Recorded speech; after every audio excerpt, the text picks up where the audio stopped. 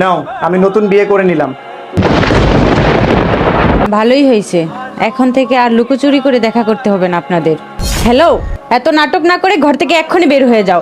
এখন থেকে এটা আমার ঘর। ঠিক আছে, দোয়া করি আল্লাহ আপনাদেরকে সুখে রাখুক। মামা এটাকে বাবা, এটা তোমার নতুন মা। আমি কারো মাটা না। ড্রামা না করে বাচ্চা নিয়ে এক্ষুনি বাসা থেকে বের হয়ে যাও। আচ্ছা, এক কাজ করো না, অনেক খিদা লাগছে, রাতে কিছু খাবারের ব্যবস্থা করো না।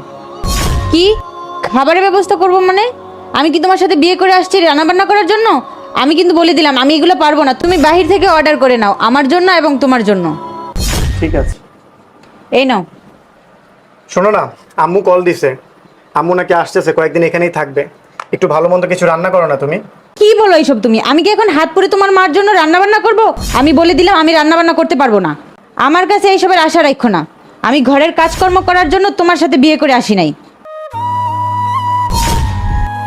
কি ব্যাপার, এত রাত হয়েছে আর তুমি এখানে এভাবে বসে আছো কেন? হ্যাঁ, আপনারই অপেক্ষা করতেছিলাম।